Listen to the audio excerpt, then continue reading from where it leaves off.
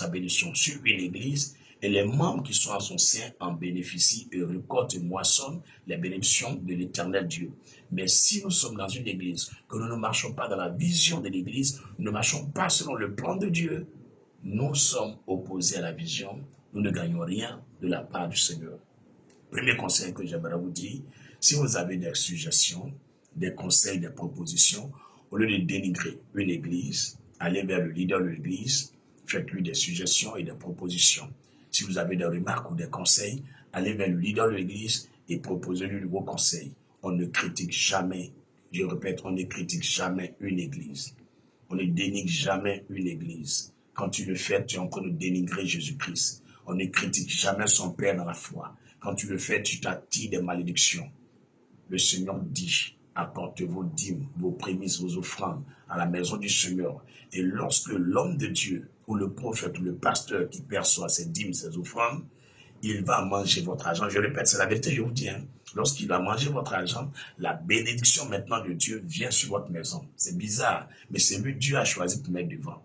Que tu l'aimes, que tu l'aimes pas, tant qu'il ne perçoit rien de toi, la bénédiction de Dieu ne vient pas sur ta maison. Si tu ne crois pas, on peut vérifier dans Ézéchiel 44. Ce n'est pas mon message, mais je touche juste ça pour que certains comprennent que toute église a un lien forcément avec le leader, avec un homme de Dieu, avec un prophète, avec un apôtre. L'église ne vient pas au hasard sur la terre. Toute église a forcément un lien avec le leader. C'est pourquoi il faut tenir à l'œil ton prophète, ton pasteur, ton apôtre. Il faut le tenir à l'œil. Il faut toujours prier pour lui. Parce que s'il quitte la vision de Dieu, s'il quitte la voie de Dieu, vous tous qui le suivez, vous partez directement en enfer. Vos vies seront bloquées. Vous serez dans des situations pas possibles. Parce que lui qui arrose la tête d'Aaron, selon Psaume 133, cette même huile arrose la barbe d'Aaron, les vêtements d'Aaron jusqu'à ses pieds. Donc tu ne peux pas être sous l'autorité d'un prophète, d'un pasteur, et puis il fait les bêtises et toi tu vas prospérer.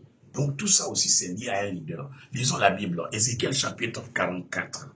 Je fais la lecture dans le verset 30 et verset 31.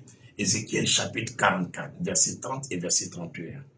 Les prémices de tous les fruits et toutes les offrandes que vous présenterez par élévation appartiendront aux sacrificateurs, appartiendront aux prophètes, appartiendront à votre pasteur, à votre docteur, à votre guide religieux.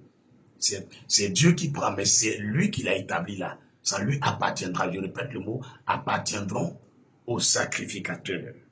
Vous donnerez aux sacrificateurs les prémices de votre pâte, afin que, écoute bien, afin que la bénédiction repose sur votre maison.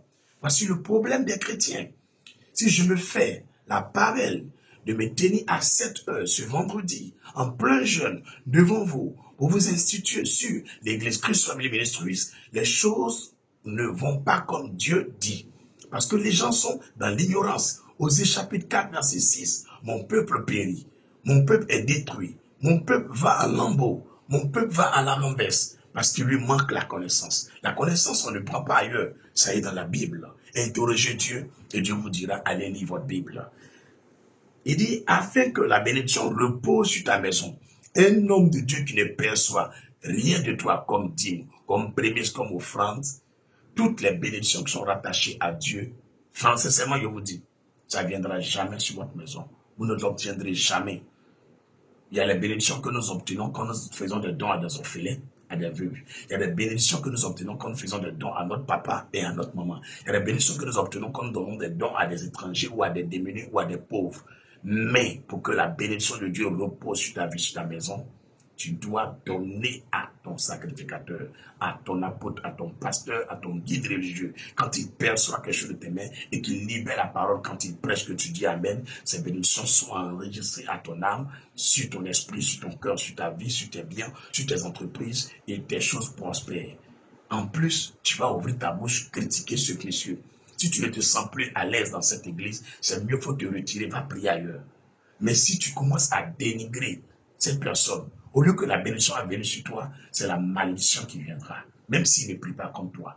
Donc soyons vraiment, vraiment sages dans nos conduites et dans nos agissements envers les hommes de Dieu. Que le Seigneur soit glorifié. Verset 31, les sacrificateurs ne mangeront d'aucun oiseau et d'aucun animal mort ou déchiré. C'est-à-dire une bénédiction boiteuse.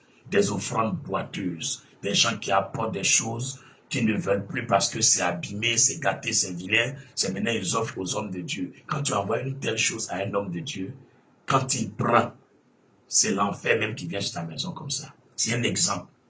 C'est un exemple. J'ai un billet de 10 000 francs. Le billet, il est déchiré partout. J'envoie, on dit on ne prend pas. Et puis je mets dans une enveloppe, je dis à l'homme de Dieu, tiens. Quand l'homme de Dieu prend, c'est la malédiction qui vient sur moi. J'ai porté une chaussure, la semelle est bien finie. Oh, il dit, servante de Dieu, tiens, il faut porter. Quand elle prend là, c'est la malédiction qui vient sur toi. Ce que toi-même tu aimes, ça te fait du bien et tu apprécies là. C'est ça, tu donnes à l'homme de Dieu. C'est là que tu donnes à la servante de Dieu. Est-ce que quelqu'un m'a bien compris? Que le nom de Jésus-Christ soit élevé, soit glorifié. Ça sera très, très, très, très bien si tu partageais cette note, ce message, ces enseignements, ces annonces, informations de notre assemblée à un frère, à une sœur. Ça sera très bienvenu. Donc, il faut commencer à le faire. Nous allons méditer encore la parole de Dieu.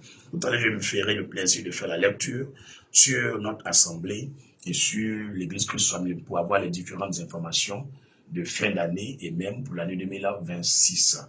Voilà. Apocalypse chapitre 1. Apocalypse chapitre 1, verset 4. Pourquoi il y a beaucoup d'églises? Les églises poussent partout. Est-ce que vous savez que ça vient de Dieu?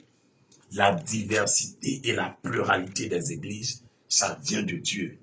Là où il n'y a pas de diversité, où il n'y a pas de pluralité, c'est que Dieu n'est pas là-bas. Quand Dieu a créé les hommes, il pouvait laisser Adam et Ève, les deux seuls sur la terre. Mais s'il a dit multiplier, les églises aussi doivent se multiplier. Donc quand on devient plusieurs, ça fait honneur et gloire à Dieu. Apocalypse chapitre 1, le verset 14. Non, le verset 4. Apocalypse chapitre 1, verset 4. Jean aux 7 églises. Tu as vu? Il n'a pas dit Jean à l'église. Jean aux 7 églises. Il y a plusieurs églises. Souvent, on te pose la question, pourquoi il y a beaucoup d'églises comme ça? Mais oui, si l'homme de Dieu avec qui tu pries, il est devenu homosexuel et qu'il ne marche plus dans la voie de Dieu, mais le Seigneur va confier sa vision à un de ses enfants. Et le Seigneur va lui dire, il faut quitter là, va faire telle chose.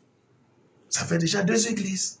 Si lui aussi, il commence à chercher la femme des gens, il couche avec les femmes des gens, mais Dieu n'est pas content de lui. Le Seigneur va confier la vision à un autre, il va dire, va. Et c'est comme ça les églises sont devenues beaucoup. Maintenant, le premier qui a commencé là, lui, dans son orgueil, il ne veut pas reconnaître son erreur, ou son impudicité, ou sa débauche, ou son adultère. Donc, il persiste toujours à enseigner, à ouvrir l'église. Et on va dire non, c'est la première église qui est là. Mais il ne marche pas comme Dieu veut. Ils vont dire, mais cette église-là, en tout cas, c'est la première. Elle existe. Mais le monsieur qui est appelé à diriger cette église ne marche plus comme Dieu veut. Il fait déshonneur et honte au corps de Christ. Donc Dieu confie sa vision à un autre. Il confie sa vision à un autre. Et c'est ça qui a envoyé plusieurs églises à exister. Imagine-toi, un pasteur, le Seigneur lui confie une vision. Et il se va marier 4 femmes. Et puis le Seigneur dit à un autre, ce qu'il fait, je ne suis pas dedans. Que je dis, un homme de Dieu doit être le mari d'une seule femme.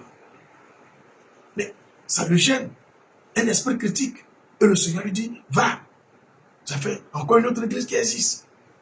Il arrive de l'autre côté, on dit les femmes ne doivent pas faire les mèches.